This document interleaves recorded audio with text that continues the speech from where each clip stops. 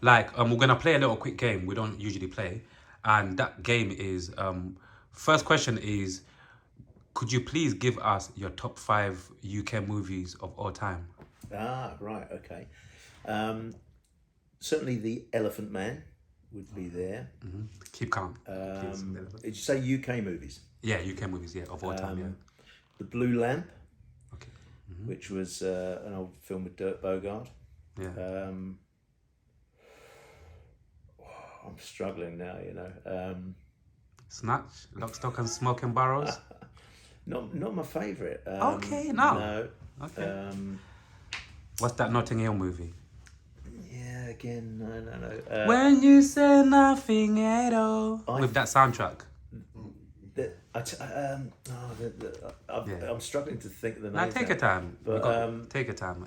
We got two so far. Love, Honor, and Obey. Now that's a far better gangster film, I think. Yeah. Okay. Than Lock, Stock. Yeah. Yeah. So that's three. That's three, right? That's three. We got two more. There's got to be a horror in there somewhere as well. I think. UK horror. Now, American Werewolf in London. That was a British film, wasn't it? So yeah. Maybe that one.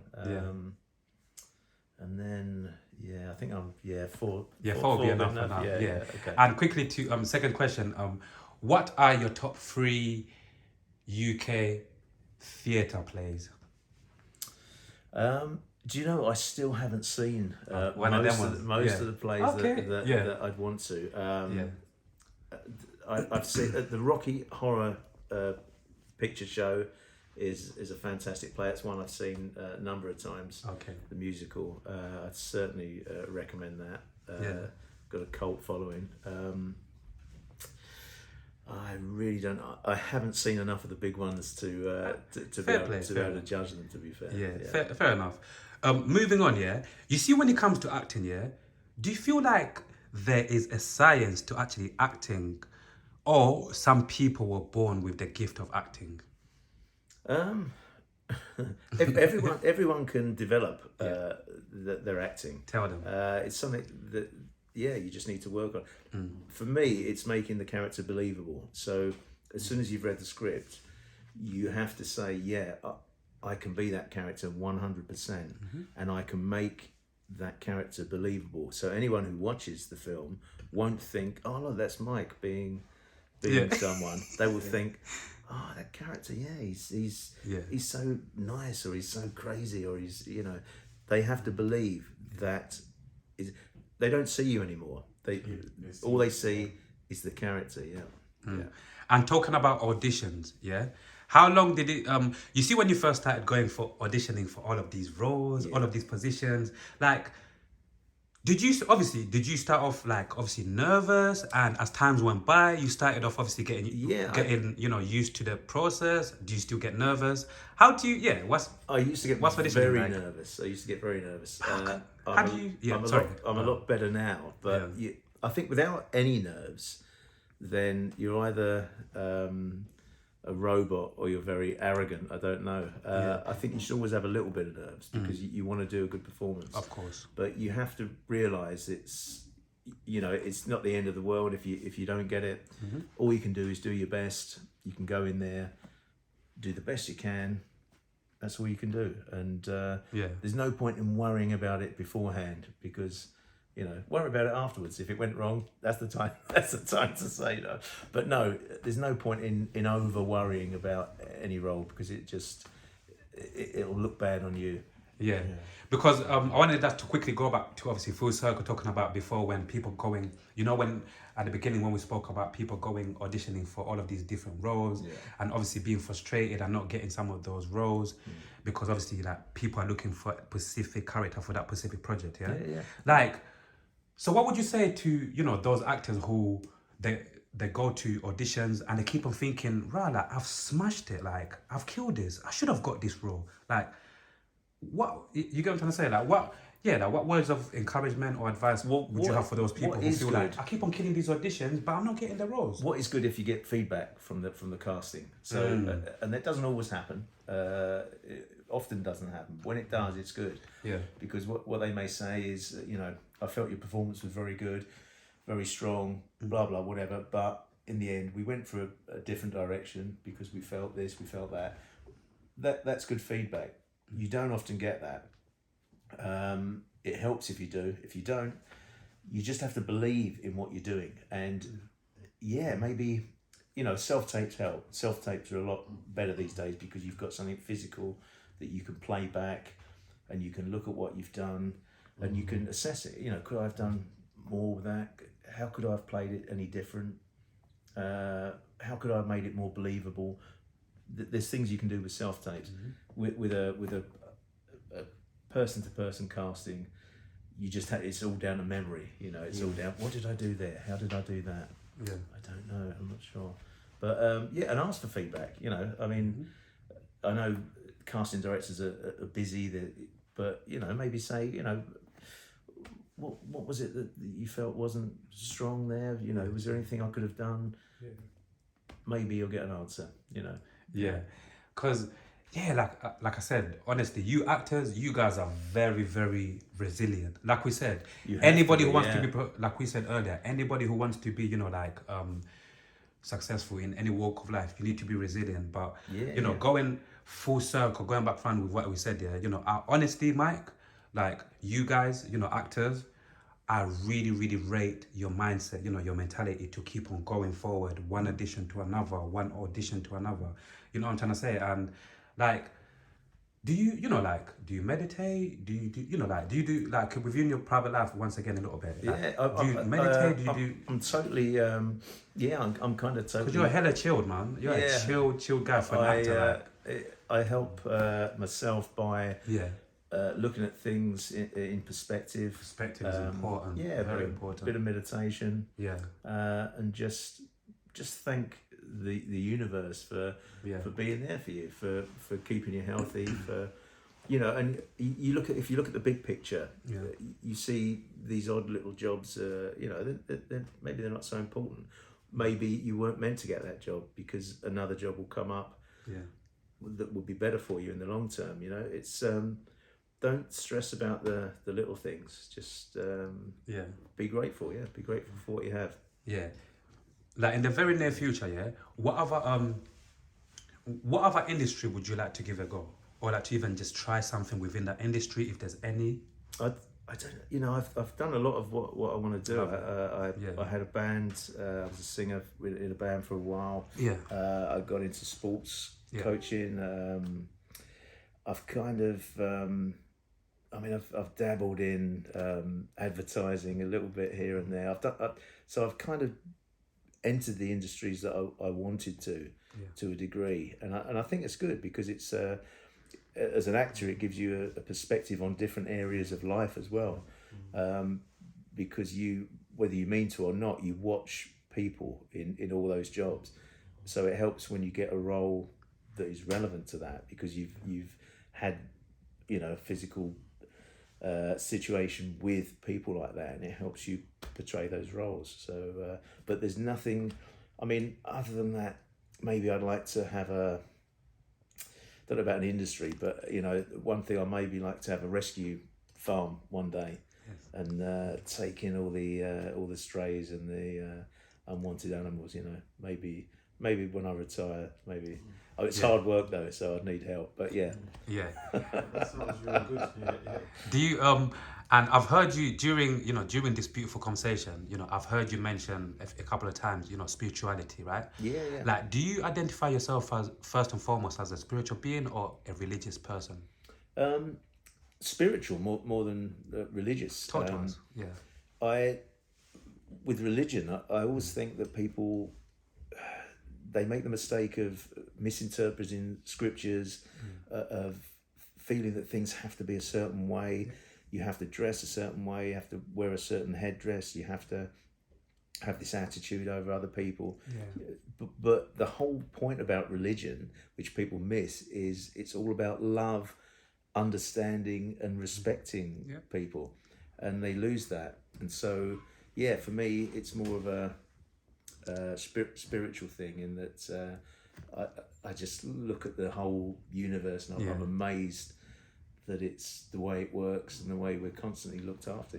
Yeah, because I've got this, I don't really call it fury because scientifically, I think if that's the right word to say it, it's been proven that every human being on this planet, before any religion got introduced to them or whatever, we're all spiritual beings. Yeah, You know, and I honestly believe that, and I feel like I've said this numerous times, you know, on here. I believe that the only difference is certain human beings, you know, do not choose to tap into their spirituality because I No, feel like no. that is literally the key. Either whatever background you're from, wherever you're from, I feel like each individual, if you decide to, you know, to do work on yourself to a certain degree, to tap into your spirituality, then I feel like, yeah, man, because that's what I think a lot of us have done. Because I think the same way as well. I'm originally from a Muslim family, Okay. and you know, I got to a point where I was questioning, obviously, like you said, where I was questioning the religion simply because, like exactly what you said, where I'm growing up seeing people in my family, people outside of my family who are meant to be these peaceful Muslims or whatever. And obviously, I'm not saying they were evil or whatever, but it's like the way how some of them were judgmental towards others, yeah. like in terms of other religions. Even some of them even saying if you know if you're not Muslim, you're going to hell. All of Yeah, these yeah, things, you yeah. know, like That's it. for me, like my soul, like I just started questioning and I started thinking like this shouldn't be religion. If anything, religion should make you a more loving, a Yeah. more peaceful person, A to be more like understanding a person. more understanding person. Absolutely, to be Yeah. like, you know what, like this is my religion, that's your religion. Either way, as long as we are peace, that's the way it's meant to be. Not this the other way around of like, oh, this is my religion, and if you follow that other thing, you're going to hell. That's why I started really No, questioning. You know what I I mean? totally agree with that. Yeah. And like you said about the, years ago, the Yeah. Native American Indians, the Aztecs. You go back to any of those Yeah. organizations, and they were more spiritual. Absolutely. They appreciated nature. That everything was built around nature and the seasons. Yes. And we kind of lost that, I think, with these various scriptures over the years. Yeah. And even like I said earlier, I feel like what I said about the human race. Because I thought, once again, like I just thought with all of these things, all of this information, you know, people usually say we live in the information age. Like, what sometimes I ask myself on a regular basis, to be fair, Mike, like, if we live in the information age, why are people still, why are some human beings still, the word is ignorant to a certain degree? Because we're getting the wrong information. we're getting the information You know what I mean? fed to us by Yeah. the people who want us to believe that. Fucking hell. So it's a dangerous thing. Yeah. Who controls all this technology? We're obviously getting what they want us to hear. Yeah, because even if we're gonna quickly peel, like it's like layers in an onion, right? If we're gonna slowly peel the layers, even on social media, once again, thinking people got a platform, you can be in that part of the world, I can be in that part of the world. Once again, centering and bringing it together. I literally thought social media was gonna bring a lot more people closer, and that race or that religion, understanding more of all of these things. But it's like it's the complete complete opposite. It's like more people are more divided. Do you know, more people. You even know what I mean? I'm even thinking, on fucking hell, man. even on the vegan site, I'll give you an example. Yeah, so on the vegan pages, you've got certain vegans that are, strict and criticising others. Oh, so you've got certain vegans beefing each other. Yeah, so you got vegans. If you own horses, well, that's wrong. You shouldn't own horses because that's keeping. You shouldn't have pets. You shouldn't have pets because that's wrong. And it's where you eat. Some of them are like, well, you shouldn't eat anywhere other than 100% vegan restaurant. Otherwise, you're still paying for slaughter. And it's difficult because you want to bring people into that way of thinking, but you don't want to alienate them straight away.